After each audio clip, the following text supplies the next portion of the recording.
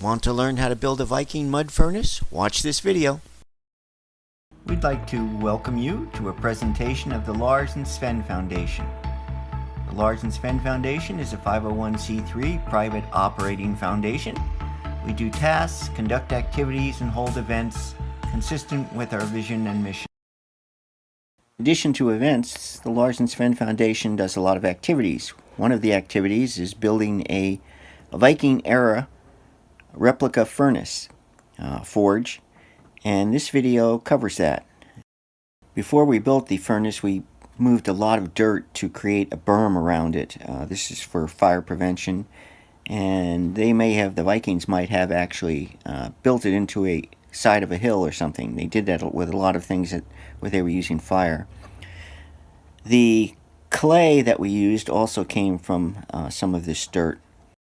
We're adding a keystone to the furnace. It's going to be made out of soapstone. We're going to drill a hole through it that we can use to fasten the bellows to.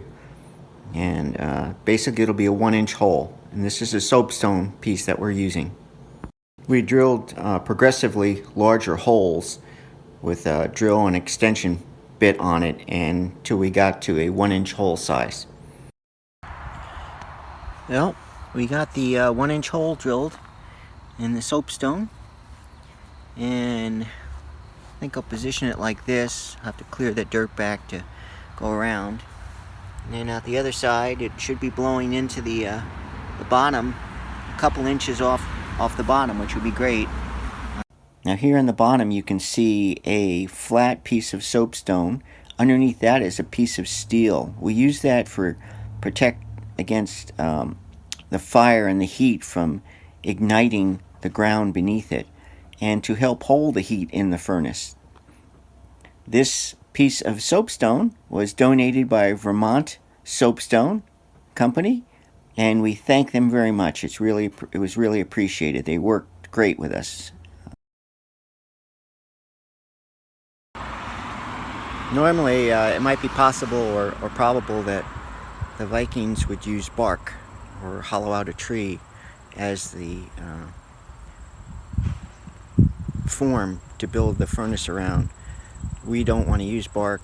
We don't want to cut down a tree or do anything like that. So we used heavy cardboard. We think this will work well too, because we can burn it, and so it'll burn on the inside as part of drying the walls out. But we have a little bit of taper to it. We have the stone faced into it. Hopefully it should work fine. Dirt we have in the area is very clayey. We're trying to make this kind of special, so I've been mixing in aluminum oxide and mini spar. These are agents in clay. Combining that with the dry shredded horse manure and shredded hay,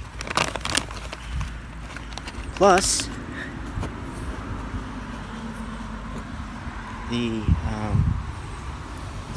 we sifted the local dirt to get all the rocks and stuff out.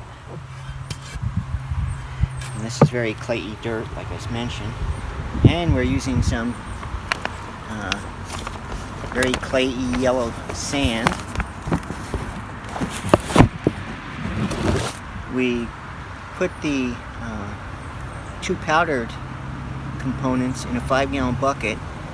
Then we added 4 gallons of water and stirred it, and keep stirring it every time we need to use it. Then we're adding cupfuls, well, several cups, small pitchers, after we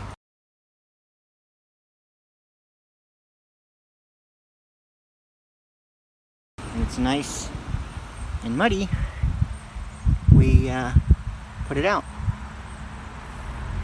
and we've started forming it.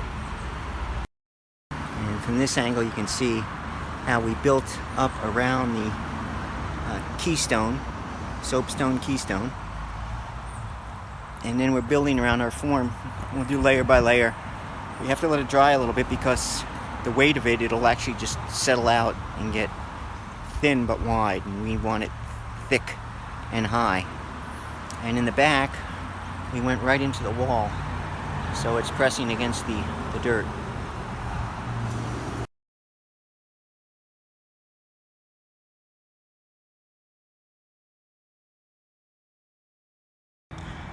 The forge is as built as it's going to be.